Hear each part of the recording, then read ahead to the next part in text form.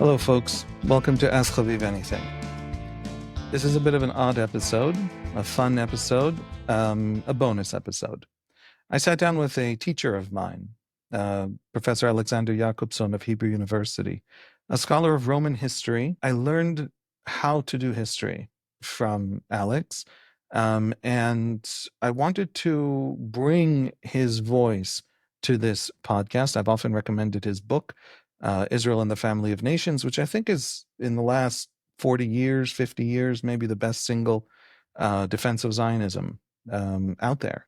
In Hebrew, you can buy it at any bookstore at regular price. In English, it was classified as an academic book, and it sells for $100 or $140, which I don't know why that happened. I can't prove that there's a conspiracy, but it's a shame. It's a shame because it's a book worth having. It takes on a lot of the tropes. It's already 2 decades old almost, but it takes on a lot of the tropes that are anti-Zionist academics use, that are sort of thrown at Israel, thrown at Zionism. What's special about him is his superpower. And you get that superpower when you learn, when you sit in his class, when you learn from him. You get something of it. You see it, and therefore you know something about how to do it. And it's desperately missing from so much of Western debates, discussions about this place, but about many, many topics. It's the fearlessness of taking the other side's position seriously. You go into a debate, and someone like Alex actually helps the other side make their case. I have seen him in debates on panels at think tanks, at the university, where the other side made an argument, and then Alex chimed in and said, if you actually said, this version of the argument, it would actually be more convincing, because then I wouldn't be able to say this in response. You opened yourself up unnecessarily to my own, right? He advises the other side in real time how to make the case. That kind of instinctive commitment to the truth means that even if you don't agree with him, even if you find him too left-wing, even if you don't agree with him because he's also on the left, a critic of the left. For example, he shares my views, as far as I know, I haven't talked to him about it, this particular topic in a few years, that the Israeli Supreme Court is massively overpowerful and that it's unhealthy and unstable, and we need judicial reform. And that the government's version of it was a disaster, but nevertheless, that's not necessarily substantively the same as saying that the right is wrong. Actually, the right has a point. The court really is too powerful. So this is a guy who pulls no punches for anyone, has no loyalty to party, to policy. His only loyalty is to the public good, to the country itself. You see it. You see it. We're going to talk about a few things. I'm going to bring sections where he tackles accusations often leveled at Zionism, that it is colonialist.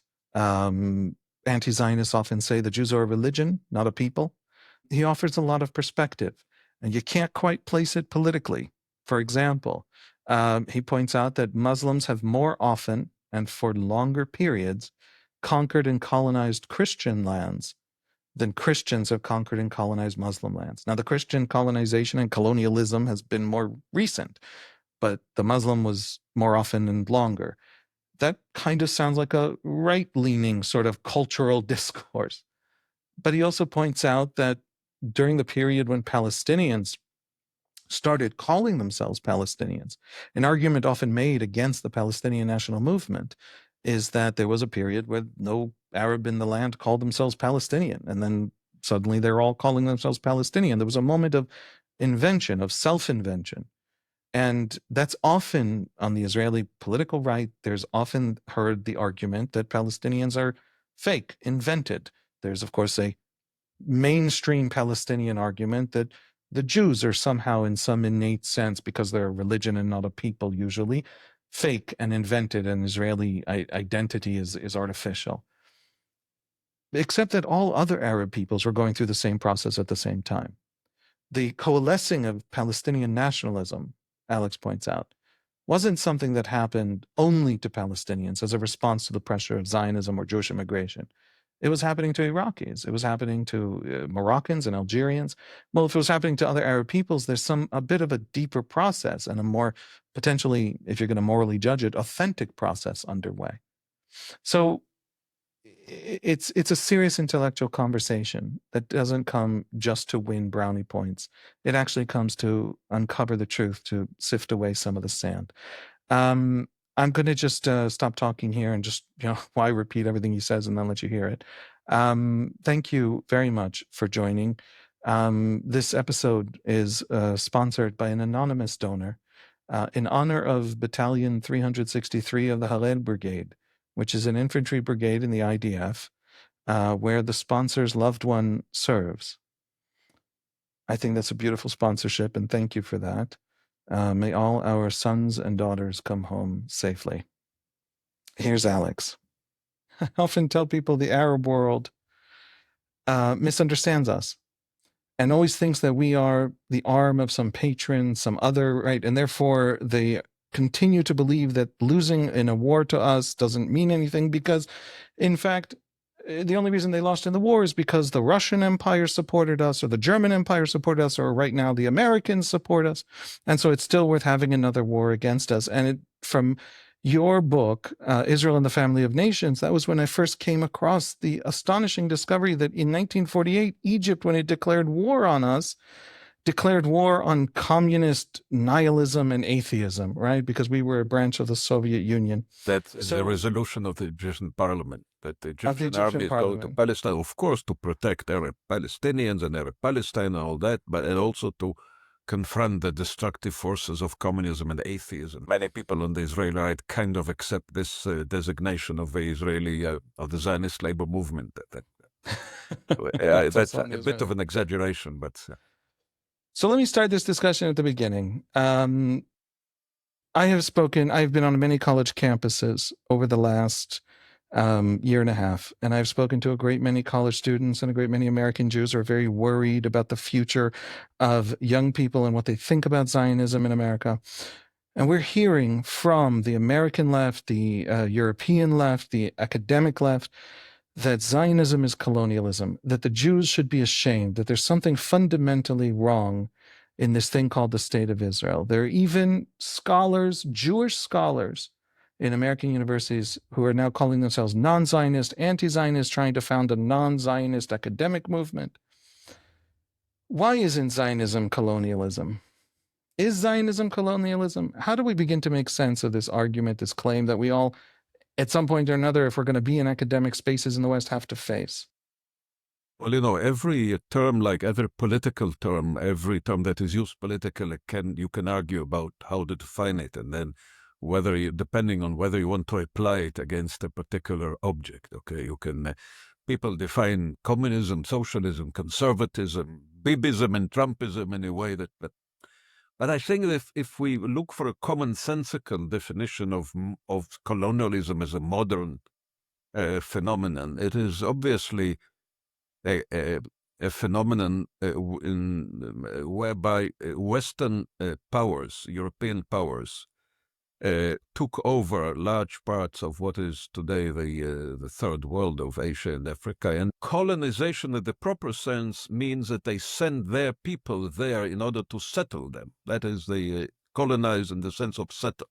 Okay, but I think more broadly, any taking over of a territory by a European power of a non-European territories populated by non-European people is considered an act of colonialism. It's very usually also accompanied by settling it to a greater or larger extent. Now, there, of course. So I'm stressing that these are European powers because, of course, history is full of conquests and colonizations in the sense of settling of territories by non-Western powers, of non-Western territories by non-Western powers, and of Europe itself, of course, by Muslim conquerors. For hundreds of years, large parts of Europe were conquered, ruled, and colonized to some extent by the Ottoman Empire, by the Muslim conquerors in Spain, and things like that. But that is not what is meant by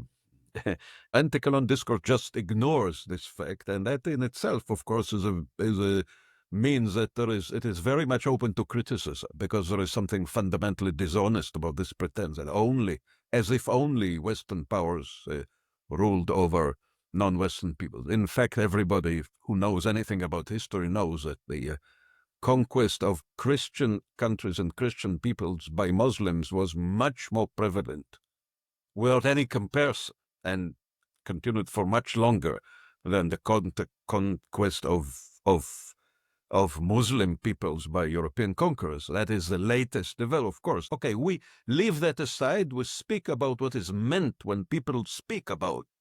Just before we leave that aside, the entire Byzantine Empire is what you're talking about.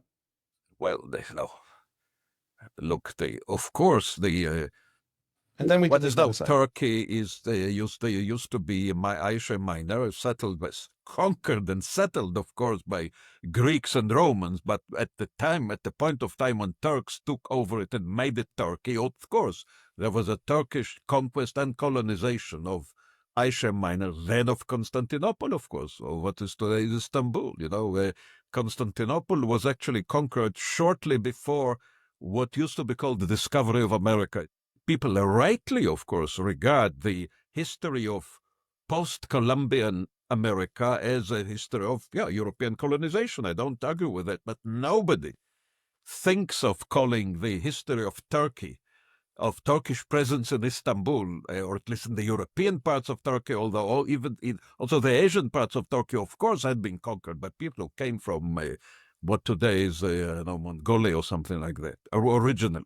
So, since it is more or less accepted that the first Homo sapiens came from Africa, more or less everyone once conquered their present territory. We speak about now Western colonialism, okay?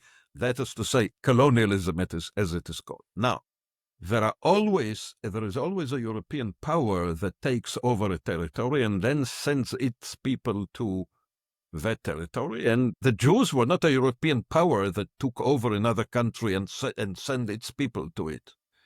The Jews were often persecuted and always discriminated against minority in Europe, and not only in Europe, but the European Jews were accused of colonialism.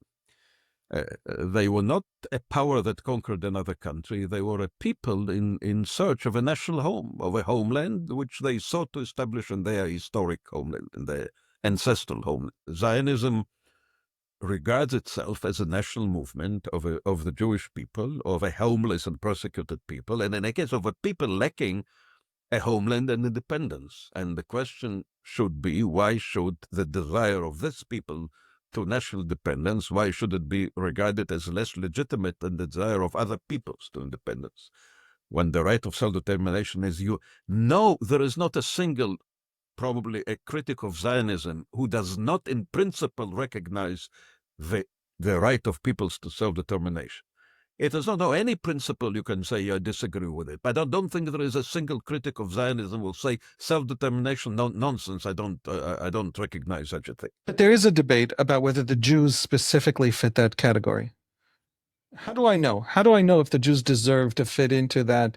Maybe the Jews invented their nationalism. They're just a religion. Maybe, right? This is a discourse that seems to make sense if you think of Christianity as another kind of Abrahamic faith like Judaism. Maybe Judaism and Christianity are categorically alike, and then why does Judaism have a state, right? If you can, we will return to question colonialism, which is connected, but okay, you are raising very fundamental questions, and I think we have some time, so we will address it seriously. If you want to counter the Zionist claim that this is a legitimate movement to realize for the Jewish people the universal right to self-determination, there are two ways of rejecting them. Either you say Jews are not a people, were not a people, and therefore the principle should never have applied to them.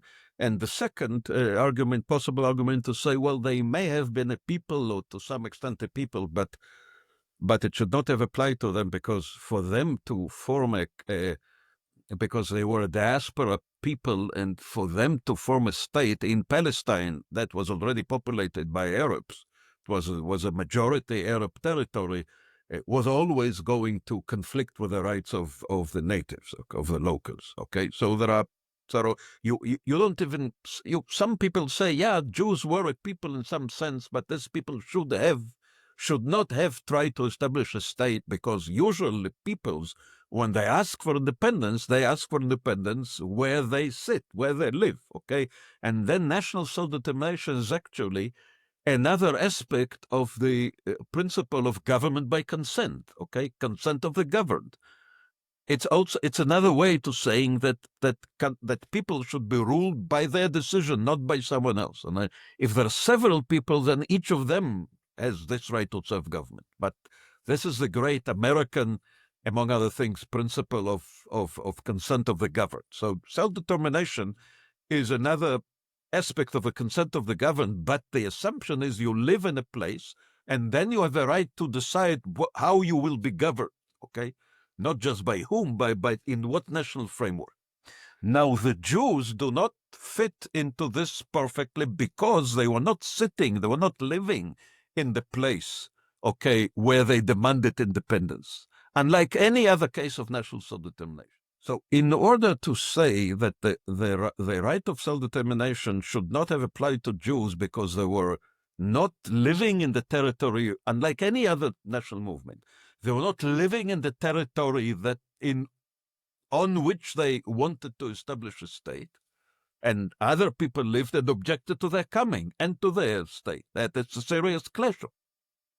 In order to say that, the practical meaning of it is that the right of self-determination is denied to the people who, in the nature of the case, needed it more desperately than any other people.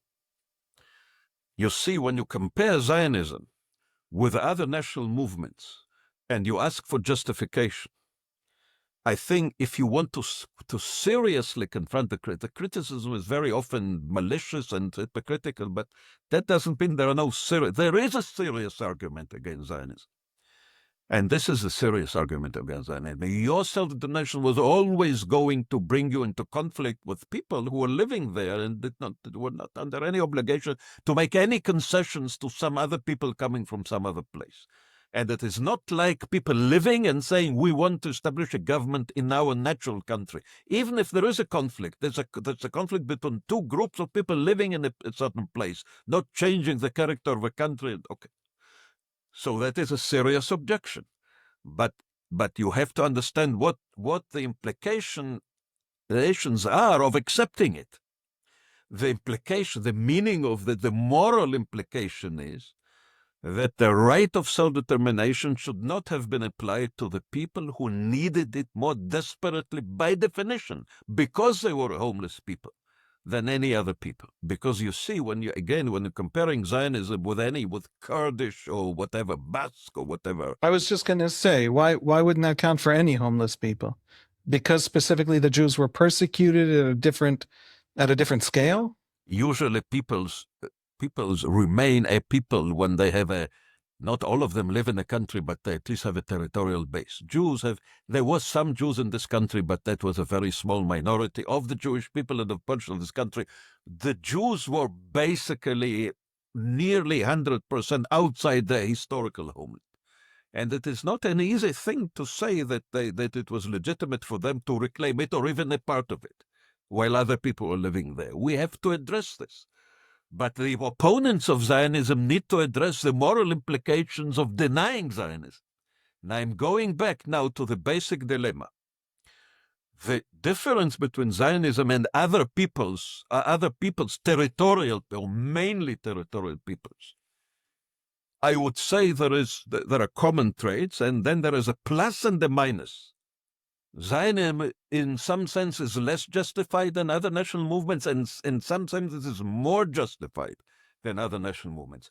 And the plus and the minus are basically two sides of the same coin.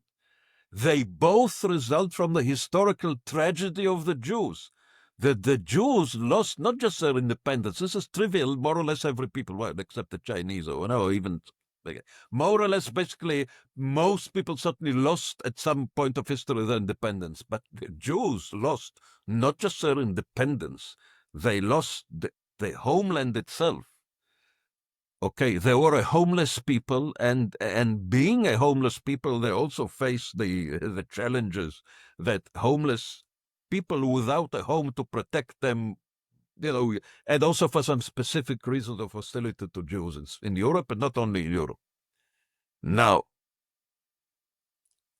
so a homeless people needs a national home more than a people who live in their home but just want to change the political regime, okay? So they need it more than the usual peoples, but by demanding this, they also inevitably clash with the rights of other people, okay? Because they cannot, by definition, a homeless people cannot establish a national home where they live. They need to colonize in the sense of settle another territory, and it is not empty. So you have to decide what is even worse, what is more immoral, okay? To settle, and we have to understand that it is not an easy thing. Of course, many Jews didn't want to think about it. Naturally, many Zionists didn't want to face this problem.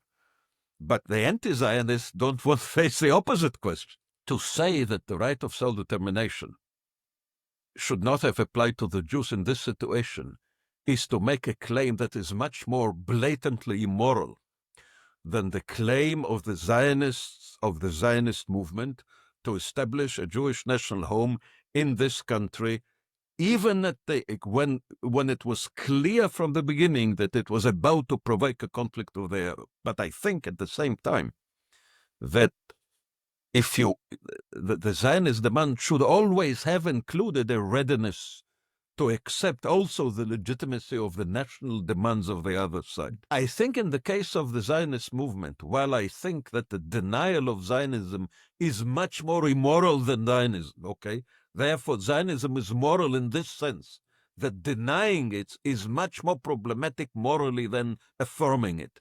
But I think that a just, a fair person who wanted to be a Zionist, to make this claim, should always have been prepared to say, yeah, this creates a conflict, this comes at a price, and we are willing to have not just to recognize personal rights of the other side, but we are willing to accept the legitimacy of the national claim of the other side. I have to say that historically, the Zionist movement was, not every Zionist, not every group, but the mainstream, the leadership of the Zionist movement, of course, was prepared. And while it was, of course, mainly for pragmatic reasons, there is no lack of Zionist rhetoric that acknowledged one of the most famous examples was Chaim Weizmann, a very important person in the Zionist movement, and he said famously that the conflict between Jews and Arabs in Palestine was not a conflict between justice and injustice, but it was a conflict between two sorts of justice.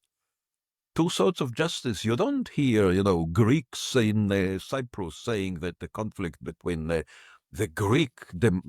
Turkish claim on part of Cyprus and the Greek claim that the Greek majority shall rule all of Cyprus, it's a clash between two kinds of justice. Both sides think that their demand is just. Then they may or may not compromise. But I think it was, of course, always the case, and that has always been my view, that in a situation like that, if you read Jabotinsky, if you go to the Zionist right, not to the Zionist center left, if you read Jabotinsky's Iron Wall, the famous article he more or less launched the revisionist, the right-wing Zionism by writing. If you read it, it is famous for the hawkish militant headline, Iron Wall. This is what people remember, and doesn't appear there by mistake. He was a very good journalist. He knew that the headline is, of course, a very large part of the whole impact of it. But if you read the text, you understand that he is perfectly aware that Arab opposition to Zionism was natural, because for them it was a natural reaction of any population. Doesn't matter if they at that point regarded themselves as a separate. They did not regard at that point themselves as a separate people from other Arab peoples. That is a notion that came later. not just for Palestinians. It's a notion that took over all of the Arab world. It's not the idea that Arabs are peoples is not something that was invented polemically against Zionism. It is a development that all the Arab world underwent, and I don't think there is any sense in us arguing with it, because we cannot dictate the national identity of the hundreds of millions of Arabs just because it's convenient for us to say that they're all one people. This is nonsense. But even before Palestinian Arabs claimed that they are distinct people, if you read this text, he says clearly for Palestinian Arabs, Palestine is their homeland, and they don't want to give it up, or even a part of it. And therefore, his conclusion is that there is no hope for an agreement, not forever, but as long as we are not strong enough, and then they will compromise with it. If we are not in a position of strength, there will be no compromise. Then he says there will be a compromise. Now, so the question then, which kind of a compromise? But it is a national compromise. And he was prepared, by the way, if you know his true views, he was not in favor of partition, but he was prepared to offer to Arabs in Palestine not just civic rights, that was never in question, but collective rights. Much more far-reaching collective rights than I am prepared to offer them. I'm in favor of partition. But my Jewish state is less of a binational state than Jabotinsky Jewish state, if you know what he was actually proposing, because it is a national compromise, not just respecting individual rights. So I think there was no lack of understanding. It is unfair to the Zionist movement to claim that Zionism was blind to the moral dilemma that was created by Zionist settlement of Palestine. The truth is that the opponents of Zionism were always blind to the moral dilemma of rejecting Zionism. Of course, Palestinian Arabs were always blind to the dilemma of their claim of their refusal to recognize any kind of a Jewish natural home. But worse, you could say Palestinian Arabs, they are personally affected in a way that you could. Jabotinsky thought that one couldn't expect them to accept. He really thought that it was unrealistic to expect them to accept it. But other people who are not involved collectively or directly, who pretend to be fair-minded, who pretend to be in favor of equal justice for all, of justice to both sides, or justice to people regardless of their ethnicity and religion, these people, what they're actually saying, the Jews, because history deprived them not just of their independence, but of the ground under their feet, of the home itself. And because lacking a home, they were persecuted in the way that they were persecuted. Not just their collective cultural identity was in danger, it was in danger, but their basic rights, their human dignity, and in the end, their physical survival was in danger. And other countries did not want to accept them because they were regarded them as aliens, as another people. Anti-Semites are always regarded as a people. That the modern anti-Semites never doubted that we're a people. And in a situation like that, the Jews should not have been offered a national home of their own. So the people who needed a homeland, a national home more than any other people, should have been denied this thing. Of course, and we also know what it would have meant practically in terms of the 20th century history. But Zionism didn't start with the Nazi, with the danger of genocide. It started with the anti-Semitism of late 19th century. But if you ask, if you say, if you compare Zionism with the Risorgimento, with the movement for liberating Italy from foreign rule and uniting it into Garibaldi's classical case of a progressive, universal recognized as a progressive national movement. You could say, what was the danger to the Italian people if there wouldn't be a united Italy? Well, they would be living under Franz Joseph, the Austrian emperor, and some of them would be maybe living in some separate, maybe in papal state. It wouldn't stay a papal state. So why? There would be no Italians. There would be no Italian language. There would be no Italian culture. There would be no country called Italy. There would be there wouldn't be a United States called Italy. Okay. So people more or less universally accept that was a cause worth fighting for. Okay, for the Italians to become an independent nation. And so you compare the need of Italians to have a state with the need of the Jews to have a state. Yeah, that is a serious comparison. That is not a comparison. That's a joke. So I would say that the Jewish claim for self-determination is not unproblematic, but denying it is much more problematic than affirming it. And because it is problematic, inevitably problematic, I think it should always have come with a readiness to make a compromise. But I still think so. But there is the other question is whether the other side is willing to compromise. And that is a question of fact. You shouldn't take it as an article of faith that if there is no compromise, it must be because the Jews and the Israelis and the Zionists are not willing to compromise. You should seriously and honestly ask yourself whether the other side was and is, and what part of it is willing to compromise. And that's not an easy thing. Now we go to the question whether the Jews are a people, okay? Whether the whole comparison is valid, because if it's just a religious sect, then of course all those notions don't apply to it. But it's not really a serious claim to say first of all, to say that the Jews are not a people but a religion is a kind of a joke, because anyone who knows anything about the Jewish religion, anyone who read one page of the text of this religion knows that the content of this religion says that we are a people. Okay? It is a very large part of the Jewish religion that we're a people connected with a certain country with a vision of restoring what used to be the Jewish state, Jewish kingdom, Jewish rule in the land of Israel. So to say that the Jews are religion and not a people, you can say that seriously if you have no idea what is the content of the Jewish religion. Okay, and that is the culture, the traditional culture of the Jewish people. So the Jews have always, they didn't need Herzl to it is not true that the Zionists claim that Jews are a people, whereas the traditional religious Jews did not. Of course, traditional religion always regarded them, called themselves people, all those words in Hebrew that denoted. There was, in late 19th century, in Europe, a large Jewish national movement called the Bund.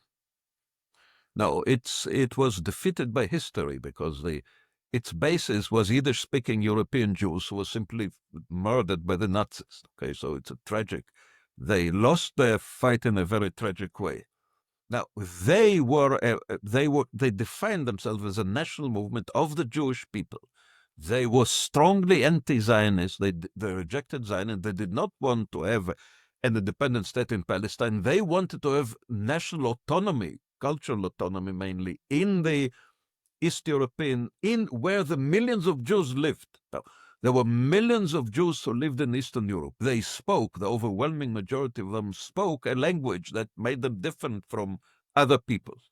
Nobody in Eastern Europe, where, by the way, most Jews lived, okay, in the 19th century, no one doubted that in an area where there are Russians, Ukrainians, Poles, and Jews, that the Jews are one of the peoples of the Russian and Austrian Empire. No one seriously doubted it.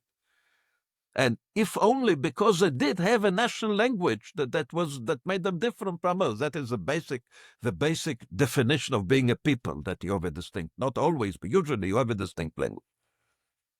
Now, there isn't a religion that has whose millions of believers speak a language that is different from their neighbors. The religions don't work like it. You have a liturgical language sometimes which you pray. People compare it with Latin. This is nonsense. But there was a whole culture, including the language of millions of people, many of whom were not religious. Some of them were Zionists, some of them were all kinds of things, some of them were communists, some of them of but many of them. I was speaking about the Bund. There were some other groups. The Bund was national. They believed that the Jews are a people. They were non-religious, I think were atheists, really. And non-Zionist, actually anti-Zionist. And the national language of the Jewish people for them was Yiddish rather than Hebrew. And they did not want to go to Palestine. They wanted to have Jewish autonomy in where the millions of Jews live. Now, what you call them? What you call them a religious sect? those Marxist, atheist people who were the movement of Jewish working class. That was a large group. Okay, you say that these people are a religious sect that invents itself as a people. It's simply not a serious argument. By the way, I want to remind you, as someone who was born in the Soviet Union, that the Bolsheviks who opposed Zionism and the Bund, and they accused them of nationalism because they wanted Jews to choose Russian revolution, rather than narrow national causes. When the Soviet Union, when they came to power and the Soviet Union was established, and it constituted itself as a multinational state, as a state of many nationalities. Now, of course, they recognized Jews as a nationality. The Soviet government wrote Jewish nationality in the sense of ethno-national affiliation. That is the meaning of nationality in Eastern Europe and in Israel. Okay, so the Jewish national affiliation is written in my Soviet birth card, not because it was not religion. They didn't care about religion.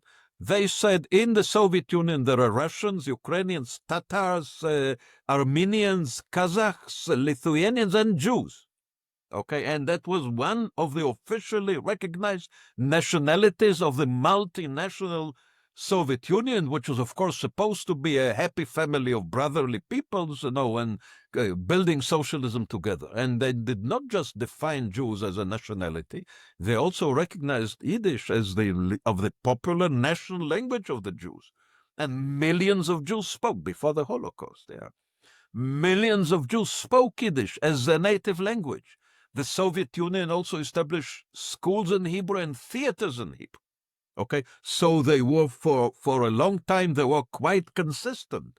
They even established, a quasi-autonomous area, Birobidzhan, that was supposed to give this Soviet nationality a national home of its own. Of course, very few Jews went there, but the idea was that since all Soviet nationalities have either a republic or autonomous region, the Jews should have an autonomous region.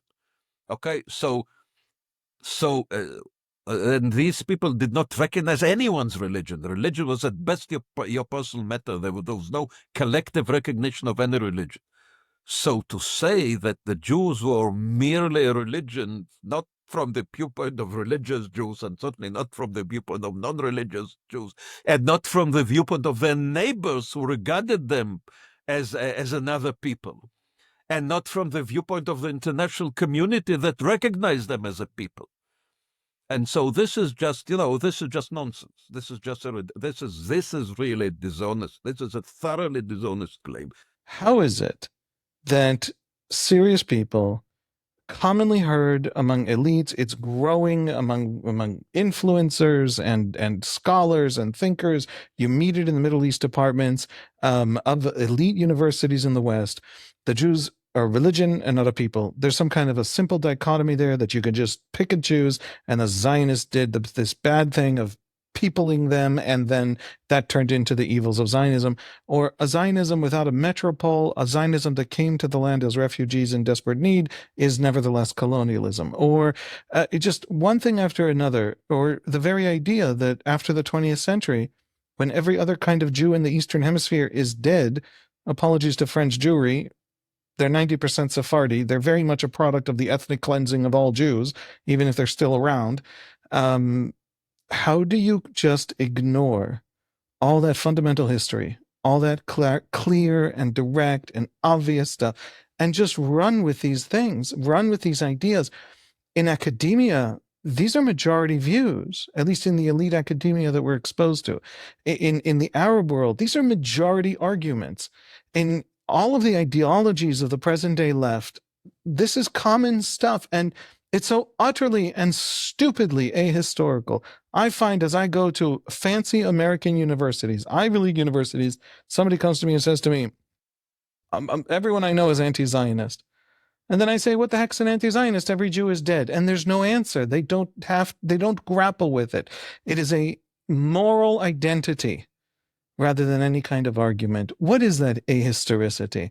Why is it so obvious and simple and still they don't get it? If you decide to define colonialism as people from Europe settling in a non-European territory, okay, then of course, yeah, when Jews come from Europe to Palestine, they come from Europe to Palestine, and they don't need it. And then people say that a colonial power is not a real condition. You know the story, but I want to repeat it for the benefit of the viewers. And that there is a professor of in the Beersheba University, Oren Iftachel, who wrote a lot on Zionism being colonialism, and he doesn't really deny all kinds of arguments, but he says in favor of Zionism. But he says, the basic fact is a physical movement from Europe to Palestine. If you decide that this is the main thing, then all other things are details. Now, he wrote, I quote him, in one of his papers, that the actual process, despite the salient differences compared with other colonial movements, you recognize that there are salient differences. The actual process of European settlement in Palestine enables Zionism to be classified, both pre and post 48, as a pure colonial settler movement. Okay, there are some differences, but the actual process, that is the settlement. Therefore, I decide that this is still, this definition still applies. Then there is a footnote, and he gives the details of those salient differences. He doesn't hide anything.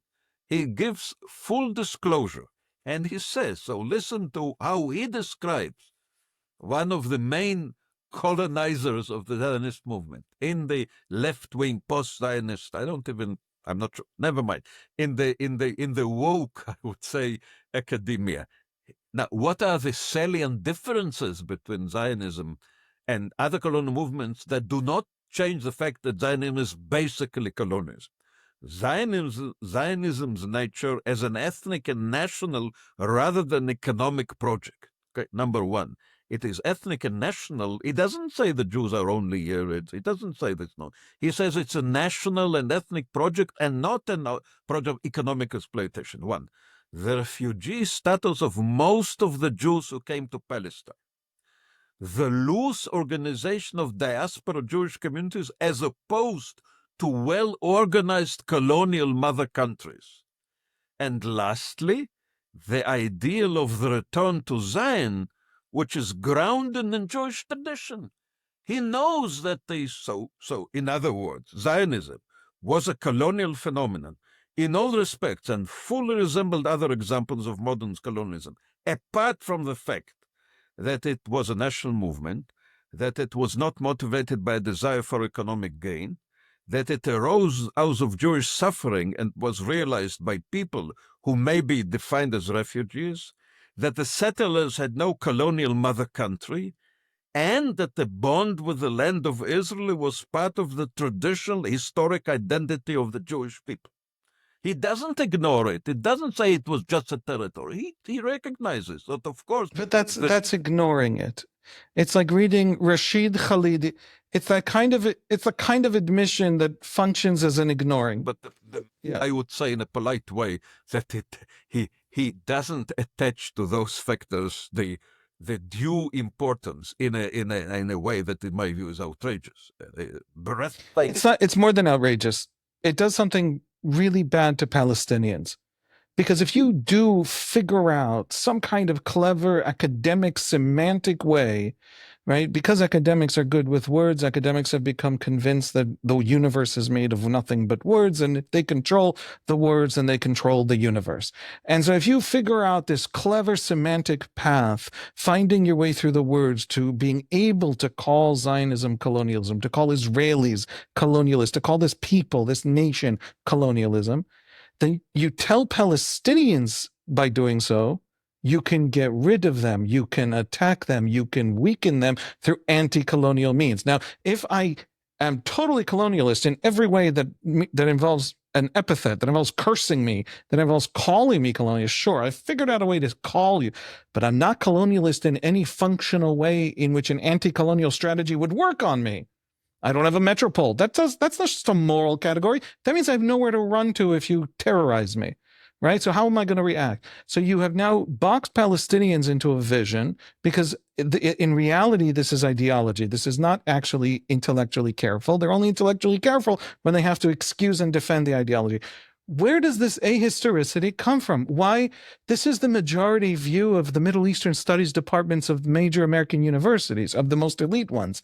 Where are we? Am I asking you a psychology question instead of a history question? What the hell's going on? You have to take into account that in last years and decades, the post-colonial and anti-post-colonial discourse has become the mainstream discourse, not just vis-a-vis Israel and Zionism. It now very much defines the wokish kind of liberalism. It's the essence of it attitude to the United States, not just to Israel. Now, people when people in America say, and they say it, of course, that America is a colonial country, and they, when they make speech and they start by acknowledging the rights of the native. But they don't mean anything by it. A land acknowledgement is fake because it's free. It's not costly. They may feel that what they say about Israel is they apply to Israel the same standards that they apply to America, to Australia, to Canada. Now, even in somehow Britain is also colonial. Britain is crazy. Everything Western is colonial. But at least when it comes to the United States, of course, originally it was a product of European colonization of the New World. Now, when you acknowledge that America is a colonial entity, that doesn't mean really that you are inviting anyone to fight against the existence, to fight on against the existence of the United States. There is no threat to the existence of the United States. So you can very cheaply acknowledge all you want, and at best it means that you will offer maybe some compensation, some reparation, or some reverse discrimination or whatever. But that is not acknowledging the native people who the original owners of this land. There isn't, for obvious reasons, nobody's going to take over to reclaim those lands.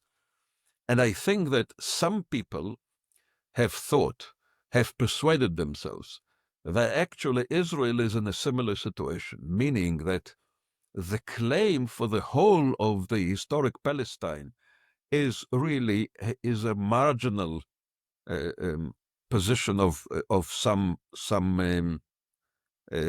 radicals, whereas the mainstream of the Palestinian national movement and the Arab world de facto, they're not happy with anything, but they de facto accept Israel's existence, and therefore the only real issue is whether Israel will continue to rule the Palestinians in the territories and deny them their self-determination, their independence, in order to encourage Israel and the Israeli Jews to make the necessary concessions that do not really endanger anything, because there is no real danger. Okay, in order to do that, it is good to make them feel less self-righteous about their past. Okay, say, okay, don't be so sure that you are the victims of aggression. You are, okay, at least you are guilty of this tragedy at least as much as the other side, and now you have to agree to a fair arrangement. Now, many of those people would, I think, Atoran Iftachel, by the way, is one of them. I spoke to him. I believe him when he says that he has no intention at all of giving up the state of Israel. For him, decolonization of Israel is turning Israel into a civic democracy of the like America. We will discuss maybe what exactly it means and how it could work. But he doesn't want for the state of Israel to disappear. His problem is that under the post-colonial notion, the colonized decide what kind of decolonization what they ask for. He may not be in favor of this brutal, extremist, radical decolonization. He may not think it's a good idea or even a moral idea given the realities on the ground. But he is not really able, if he accepts this discourse, this colonial, Zionism is colonial discourse, he cannot really say that if the colonized actually insist on decolonization in the sense of destroying the state of Israel, that this is fundamentally wrong. may say it's unrealistic, it's brutal, the methods are brutal. Now, and I think that what is obvious to, and I think the 7th of October made it clear to many people, that it is not just, in any case, you can argue about whether the PLO and Fatah, whether and to what extent they are willing or may be persuaded to be willing to accept Israel, but there is no serious debate. There could never be any serious doubt that Hamas was never pretended to accept the existence of Israel. And it is obvious that Hamas was never a marginal small group among the Palestinians, just a radical voice that should not be made too much of. Now, what we now know from the 7th of October is that for this large and powerful Palestinian movement, the destruction of the state of Israel is not just some distant future goal that they are not willing to renounce, but they amazingly, apparently thought, we know it from their documents, that in the recent years they developed an idea that this is a realistic goal.